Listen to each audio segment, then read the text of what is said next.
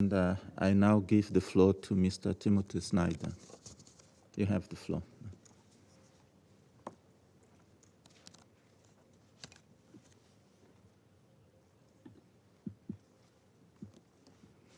Thank you very much, ladies and gentlemen. I'm very glad to be with you. I will try to keep my remarks brief. I speak to you as a historian of the region, a historian of Eastern Europe, and specifically as a historian of mass killing and political atrocity. I believe that the discussion that we're having today about this word Russophobia can clarify something very important about the character of Russia's war of aggression in Ukraine and about the character of Russia's illegal occupation of Ukrainian territory. I will limit myself to two main points. My first point is that harm to Russians and harm to Russian culture is primarily a matter of Russian policy. And so that if we're concerned about harm to Russians and Russian culture, we should be concerned about the policies of the Russian state.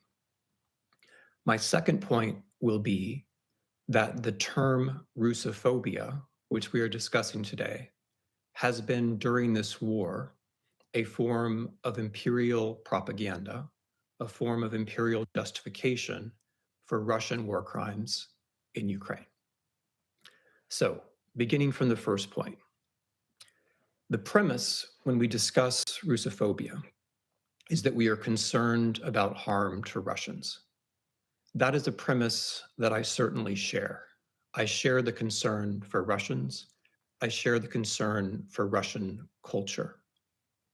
Let us think then of the actions this last year which have caused the most harm to Russians and to Russian culture. I'll briefly name 10. Number one, forcing the most creative and productive Russians to immigrate. The Russian invasion of Ukraine has caused about 750,000 Russians to leave Russia, including some of the most creative and productive people. This is irreparable harm to Russian culture.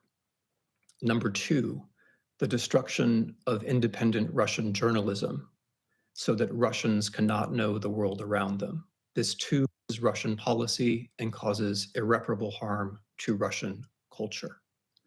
Number three, general censorship and repression of freedom of speech in Russia, in the Russian language. And this is an irony which bears noting. In Ukraine, you can say what you like in either Russian or Ukrainian. In Russia, you cannot. If you stand in Russia with a sign saying no to war, you will be arrested and very likely imprisoned. If you stand in Ukraine with a sign that says no to war, regardless of what language it's in, nothing will happen to you. Russia is a country where there's one language and you can say very little.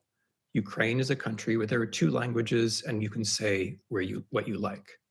When I visit Ukraine, people report to me about Russian war crimes using both languages, using Ukrainian or using Russian as they prefer. Number four, the attack on Russian culture by way of censoring school books, weakening Russian culture at home, the destruction of museums and non-governmental organizations devoted to the memory of Russian history. All of those things are Russian policy.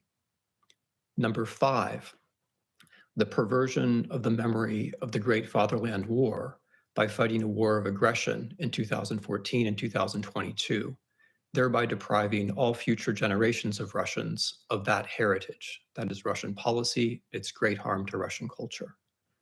Number six, the downgrading of Russian culture around the world and the end of what used to be called the Ruski Mir, the Russian world abroad. It used to be the case that there were many people who felt friendly to Russia and the Russian culture in Ukraine. That has been brought to an end by Russian invasion, and that is Russian policy. Number seven, the mass killing of Russian speakers in Ukraine. The Russian war of aggression in Ukraine has killed more speakers of Russian than any other action by far. There's no comparison. And of course, number 8, Russia's invasion of Ukraine has led to the mass killing of Russian citizens. Some 200,000 are dead or maimed. And this is, of course, simply Russian policy. It's Russian policy to send young Russians to die in a war of aggression. Number 9, this war also means that a generation of young Russians, those who survive, will be involved in war crimes, will be wrapped up in trauma and guilt for the rest of their lives. That is great harm to Russian culture, and that has been achieved, like all of these policies, by the Russian government itself, mostly in the course of the last year. So if we were sincerely concerned about harm to Russians, these are the things that we would think about. But perhaps the worst Russian policy with respect to Russians is the last one, number 10, and that is the sustained training or education of Russians that genocide is normal. We see this in the president of Russia's repeated claims that Ukraine does not exist. We see this in genocidal fantasies on Russian state media. We see this in a year of state television reaching millions, tens of millions of the Russian population every day. We see this when Russian state television presents Ukrainians as pigs.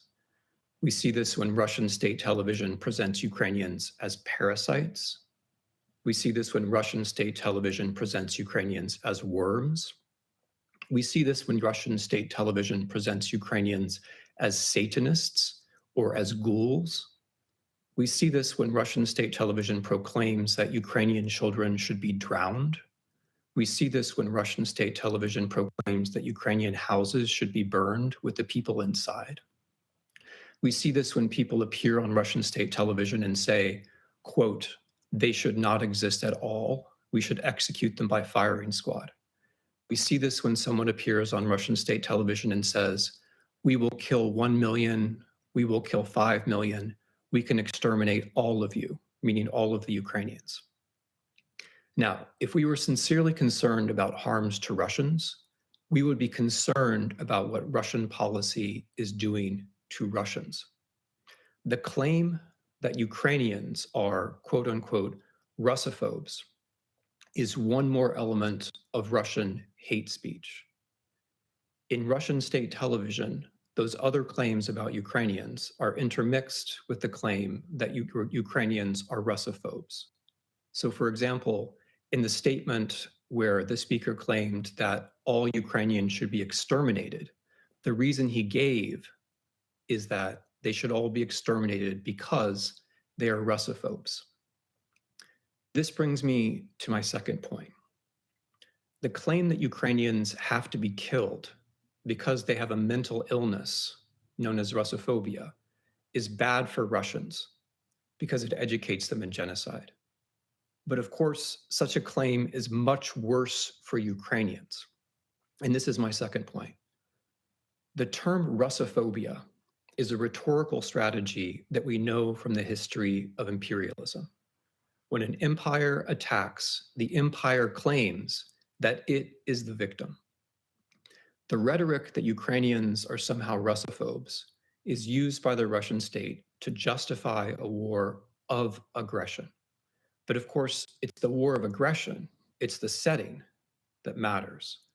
The invasion itself, the destruction of whole Ukrainian cities, the execution of Ukrainian local leaders, the forced deportation of Ukrainian children, the displacement of about half the Ukrainian population, the destruction of hundreds of hospitals and thousands of schools, deliberate targeting of water and heat supplies during the winter.